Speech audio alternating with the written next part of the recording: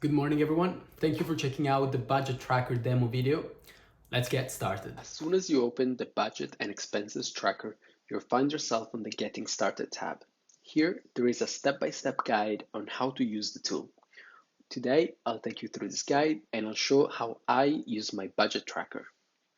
The first tab we're going to go to is the goal setter.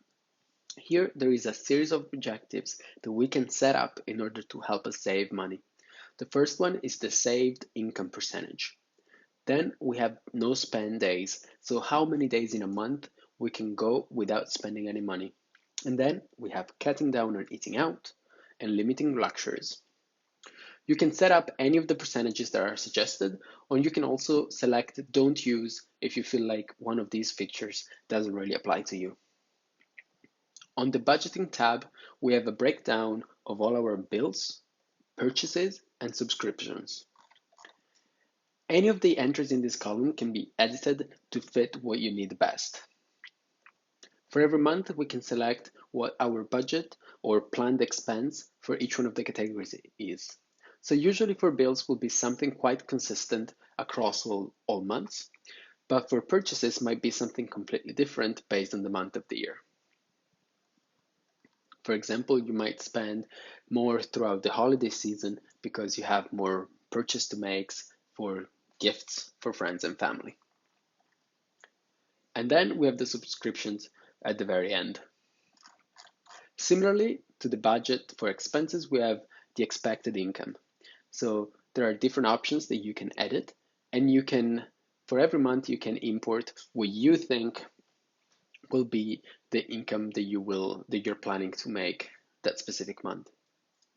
Now we move into the most interesting part of the sheet, the actual monthly budgets.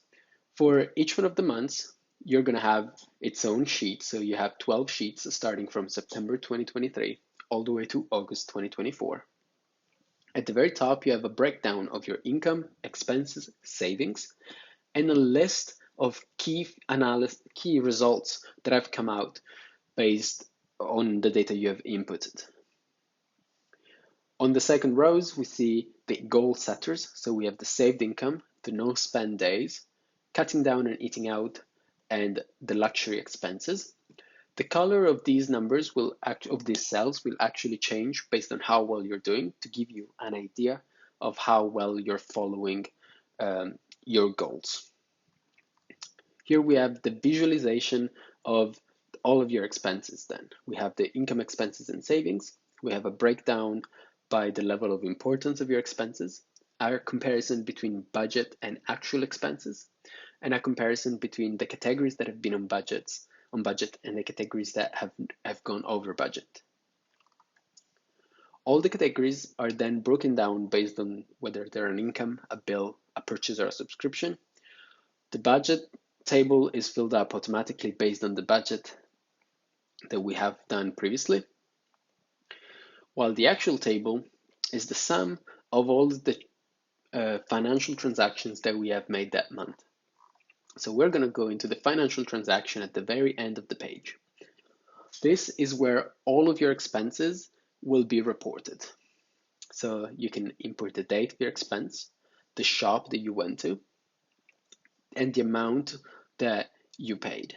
So this could be a bill, a purchase, or a subscription. And with each one of them, you can select the different category. And then you can classify them whether they were essential expenses or important, comfort expenses, or luxury.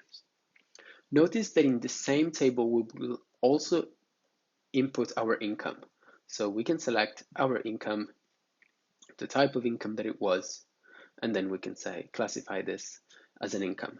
This way, all of our incomes, bills, purchases, and subscription will have the actual column that is automatically calculated based on the sum of all the inputs in the financial transactions table.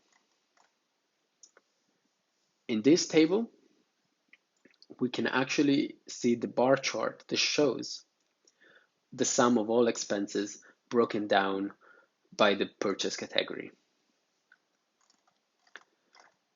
This setup is the same across every month, so you will have the same for October, November, and so on. And then we have a yearly overview.